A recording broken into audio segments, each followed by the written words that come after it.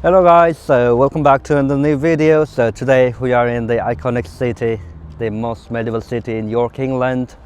So as you can see, just behind me there is a beautiful York Minster, and just on the side the beautiful ancient Roman walls that have shaped this city for a long time. This city is the reason that's why the New York is called New York, which is in the United States. When the English took over New Amsterdam, then after that this city is named York in the name of Duke of the York. So this is how this city got this name. The Viking used to call this city Jorvik, and in 1800 they used to trade all the goods and supplies to all the Europe from this York city. So before Viking took over this place was run by the Romans in 1780.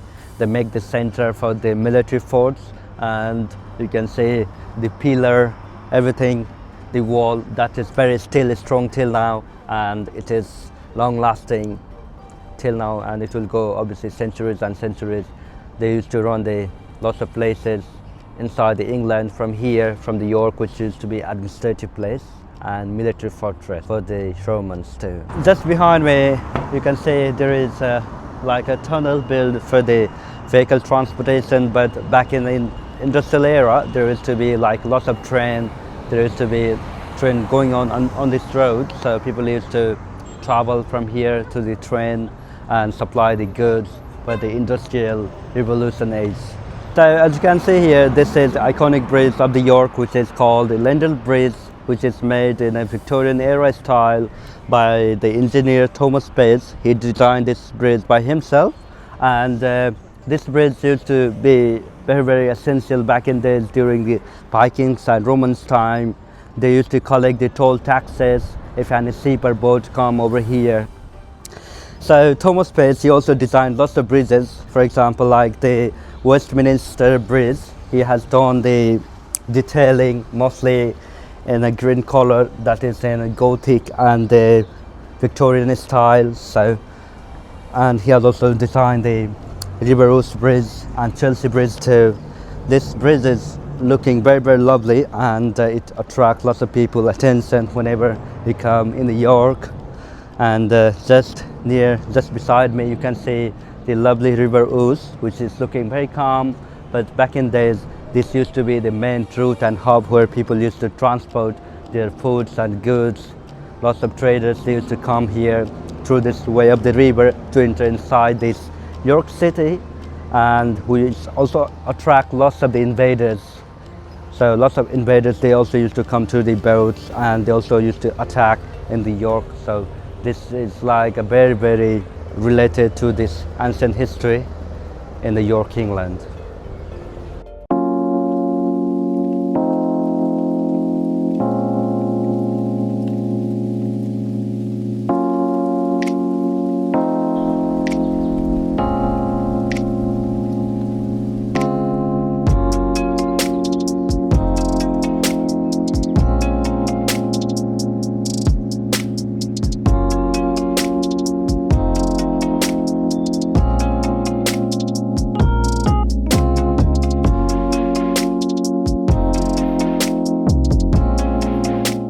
If you come to this way, you'll go to York Museum Garden, which has very history. There used to be a St. Mary Church, but it was completely destroyed by Henry III. So this is the entrance for the St. Mary's Abbey and plus the York Museum Garden. So where you can enjoy with your friends and relax and have a quality time in your garden. There are different type of flowers, different type of trees that you can find, and lots of squirrels that you can see in the York Museum Garden. So these are the remains of the St. Mary's Abbey, which is inside the middle of York Museum Garden, and it is very quite actually massive. If you come over here, this is very big building, and back in days this used to be very big religious place, and this monastery church used to be full of monks at its peak time, and it used to have a lot of power all over England. That's why the King Henry III, he completely destroyed all these monasteries all over England, because at that time the church used to control the power in England, and they used to have a lot of economic power too, and political obviously. So that's why he completely destroyed lots of the monasteries, and the monks were about to flee from everywhere, and it was very dangerous situation back in that time. Because of his greed, you can see only the remains of St. Mary's Abbey is left. Wherever you go, all over England, the ruins are destroyed by the King Henry III because of this reason of his own greed.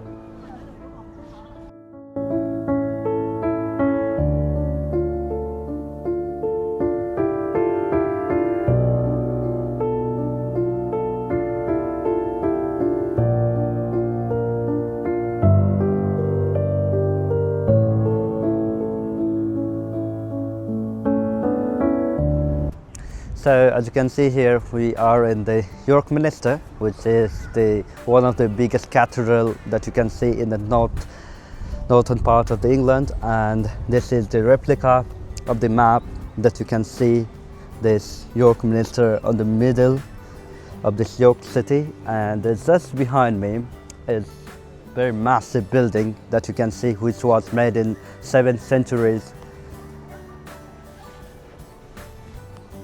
The most important thing of this building is obviously the glass, which was built in 1300, and which is very massive, and the bigger one that you can see in the front, which is still alive, that you can see on the frame.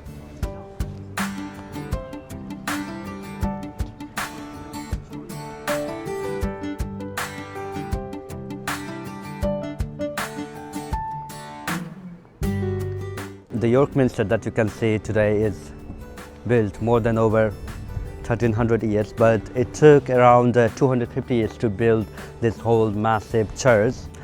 So in 1984 there was a huge lightning strike in this York Minster on the roof, and the fire was so massive it burned lots of the part of the building, and they need to start repairing again. And you can see on the frame they are still repairing. There is lots of maintenance work is still going. They are trying to build as per the history, and lots of work that you can see here, they are still going on. In the back side of this York Minster, we can see a lovely, very big statue of the Constantine, the great emperor of the Roman Empire, which is made of bronze statue and holding this sword. Constantine Great, he was a very big leader, and this statue is built over here just to show like it was the military base for the Roman Empire, and show the power for the people and his greatness. That's why his statue is built.